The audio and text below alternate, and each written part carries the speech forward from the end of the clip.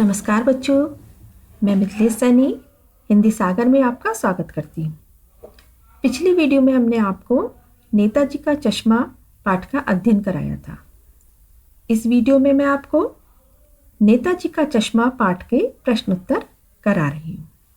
तो चलिए पढ़ते हैं। पहला प्रश्न है, सेनानी ना होते हुए भी चश्मे वाले को लोग कैप्टन क्यों कहते थे? इसमें यह पूछा जा रहा है कि कैप्टन जो नाम का एक अपंग व्यक्ति था वो सेनानी नहीं था, किसी सेना का व्यक्ति नहीं था, लेकिन फिर भी लोग बाग उसे कैप्टन कहते थे। क्यों? चश्मे वाला कभी सेना में नहीं रहा था, परंतु वह एक देशभक्त नागरिक था। उसके हृदय में देशभक्तों के प्रति सम्मान की भावना थी। इसी भावना के कारण वह नेताजी की मूर्ति को बिना चश्मे के नहीं देख पाता था और नेताजी का सम्मान करते हुए उनकी मूर्ति को चश्मा लगा देता था। उसकी इसी भक्ति भाव, देशभक्ति को देखते हुए लोग उन्हें कैप्टन कहते थे। समझ आ गया होगा आपको कि चश्मे वाले को लोग कैप्टन क्यों कहते थे? क्योंकि उसके मन में देशभक्ति की भावना कूट कूट कर भरी थी और इसी भावना के चलते वह नेताजी की मूर्ति को बिना चश्मे के नहीं देख पाता था और उसे चश्मा लगा देता था। चलिए अगला प्रश्न है, हालदार साहब ने ड्राइवर को पहले चौराहे पर गाड़ी रोकने के लिए मना किया था, लेकिन बाद में तुरंत रोकने को कहा। तो क्या हालदार साहब पहले मायूस क्यों हो गए थे? क्यों उन्होंने गाड़ी रोकने के लिए मना किया था? तो इसका उत्तर है, हालदार साहब इसलिए मायूस हो गए थे क्योंकि कैप्टन मर चुका था। अब उसके समान किसी के मन में देश प्रेम की भावना नहीं थी, इसलिए अब नेताजी की मूर्ति पर चश्मा कौन लगाएगा, यही सोच करके हालदार साहब मायूस हो गए थे। मूर्ति पर सरकंडे का चश्मा क्या उम्मीद जगाता है? जब कैप्टन की मृत्यु हो गई थी तो कई दिन तक मूर्ति पर कोई भी चश्मा नहीं लगा था, लेकिन एक दिन अचानक मूर्ति के ऊपर सरकंडे का बना हुआ चश्मा लगा था। तो यही पूछा जा रहा है कि वो सरकंडे का चश्मा क्या उम्मीद जगाता है? मूर्ति पर लगा सरकंडे का चश्मा यह उम्मीद जगाता है कि आज भी आने वाली पीढ़ी के मन में अपने देशभक्तों के प्रति सम्मान की भावना है। उनके पास साधन नहीं है, फिर भी वह मूर्ति को बिना चश्मे के नहीं देख पाते और सरकंडे से बना चश्मा लगा देते हैं। उनके इन्हीं कार्यों से लगता है कि वह बड़े होकर अपने देश के लिए कार्य करेंगे, अपने देश को उन्नत बनाने के लिए प्रयत्नशील रहेंगे। अगला प्रश्न है, हालदार साहब इतनी सी बात पर भावुक क्यों हो उठे थे? कौन सी बात थी वह जिस पर वे भावुक हो उठे थे? असल में जब उन्होंने देखा कि मूर्ति पर चश्मा लगा हुआ है, मूर्ति पर सरकंडे का बना चश्मा लगा हुआ है, तो उनकी आंखों में आंसू आ गए। वह भावुक हो उठे। वह सोच रहे थे कि कैप्टन तो मर गया है, अब कौन मूर्ति को चश्मा लगाएगा। लेकिन जब उन्होंने मूर्ति पर चश्मा देखा तो वह भावुक हो उठे। इसका उत्तर है, हालदार साहब सोच रहे थे कि कैप्टन के मर जाने के बाद मूर्ति पर चश्मा नहीं होगा, लेकिन उचित साधन ना होते हुए भी किसी बच्चे ने अपनी क्षमता अनुसार नेताजी को सरकंडे का चश्मा पहनाया था। यह बात उनके मन को छू गई।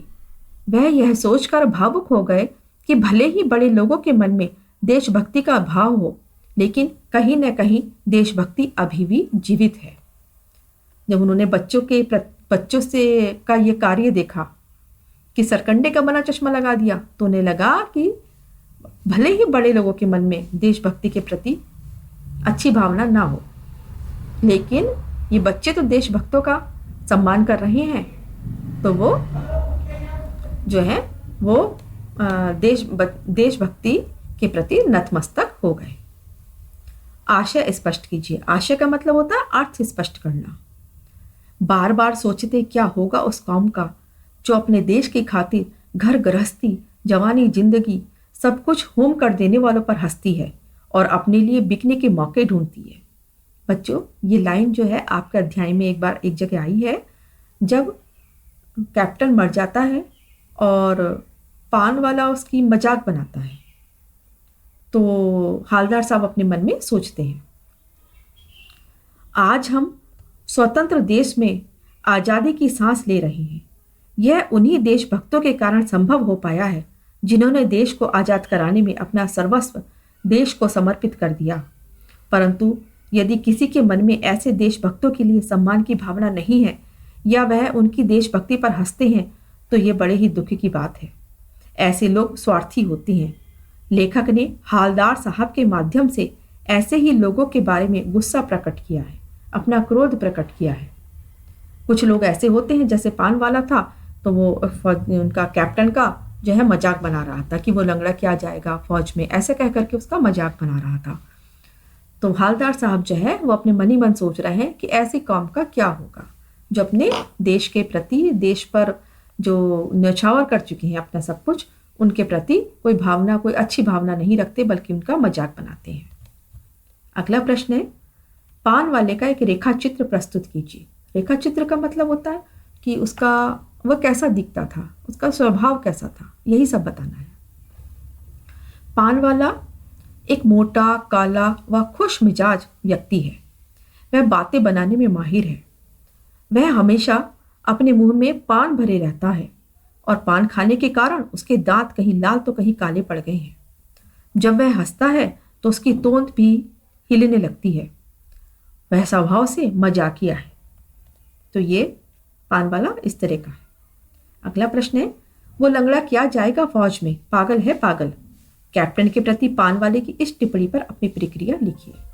यहाँ पर क्या होता है कि जब हालदार साहब उनसे कहते हैं कि क्या वह कोई फौजी है, पान वाले से पूछते हैं कि क्या वह कोई फौजी है, तो कैप्टन, पान वाला जो है कैप्टन का मजाक बनाते हुए कहता है कि अरे वो क्या जाएगा फौज में, वो तो पागल है पागल।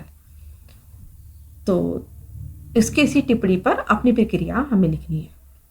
इसका उत्तर है, पान वाले की कैप्टन चश्मे वाले के प्रति उक्त टिप्पणी सही नहीं है। यह ठीक है कि चश्मे वाला वास्तव में कैप्टन नहीं था, एक साधारण आदमी था, परंतु उसके मन में देश और उसके शहीदों के प्रति सम्मान की भावना थी। पान वाले को कैप्टन चश्मे वाले का उपहास नहीं करना चाहिए। पान वाला अगर अपने देश के लिए कुछ नहीं कर पा रहा है तो कम से कम इस तरह के लोगों का, जो देश के शहीदों का सम्मान करते हैं, उनका उपहास ना करे। तो ये टिप्पणी पान वाले की अच्छी नहीं है। अगला प्रश्न है, जब तक हालदार साहब ने कैप्टन को साक्षात नहीं देखा था, साक्षात का मतलब होता है आमने सामने, अपने सामने, तब तक उनके मानस पटल पर, मानस पटल मतलब उनके मस्तिष्क पर कौन सा चित्र रहा होगा, अपनी कल्पना से लिखिए। तो हालदार साहब ने कैप्टन के बारे में सोचा होगा कि वह एक लंबा चौड़ा, घनी मूछों वाला, मजबूत व बलशाली जवान होगा। वह आज़ाद हिंद फौज का कोई सिपाही होगा, इसलिए लोग उसे कैप्टन बुलाते होंगे। वह देशभक्त होगा और नेताजी का बड़ा सम्मान करता होगा। तो इस तरह से हालदार साहब कैप्टन के बारे में सोच रहे थे जब तक उन्होंने उसको देखा नहीं था। अगला प्रश्न है, हालदार साहब के चरित्र की कोई दो विशेषताएं लिखिए। हालदार साहब मन में देश प्रेम व शहीदों के प्रति सम्मान की भावना थी। वह एक विवेकशील व विश्लेषण करने वाले व्यक्ति थे। हम फौजी नहीं हैं, विद्यार्थी हैं, लेकिन अपने देश से प्रेम करते हैं। इस पंक्ति का आशय अपने शब्दों में स्पष्ट कीजिए। हम विद्यार्थी हैं और अपने देश को निम्न रूपों में प्रेम करते हैं। अपने राष्ट्रध्वज व देश के शहीदों का सम्मान करके, प्रकृति को संरक्षित करके, अपने अधिकारों का पालन करके और पर्यावरण की सुरक्षा करके। इसके अलावा भी बच्चों बहुत सारे ऐसी चीज़ें हैं जिसके द्वारा हम ये दर्शा सकते हैं कि हम अपने देश से प्रेम करते हैं। अगला प्रश्न है, कस्बों, शहरों व महानगरों के चौराहों पर किसी न किसी क्षेत्र के प्रसिद्ध व्यक्ति की मूर्ति लगाने का प्रचलन सा हो गया है। इस तरह की मूर्ति लगाने के क्या उद्देश्य हो सकते हैं? आपने देखा होगा बच्चों कि आजकल जगह जगह शहरों में, कस्बों में, चौराहों पर किसी न किसी महापुरुष की अथवा शहीद की मूर्ति लगी होती है। तो इसके क्या उद्देश्य हो सकते हैं, क्यों लगाई जाती है मूर्ति? तो इस तरह की मूर्ति लगाने के अनेक उद्देश्य हो सकते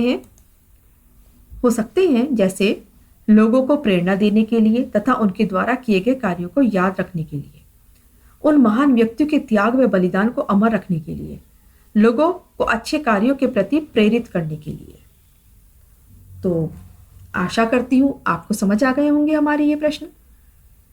अगर आपको हमारा ये वीडियो अच्छा लगे तो लाइक करें, शेयर करें, कमेंट्स करें और सब्सक्राइब करें। धन्यवाद। जय हिंद।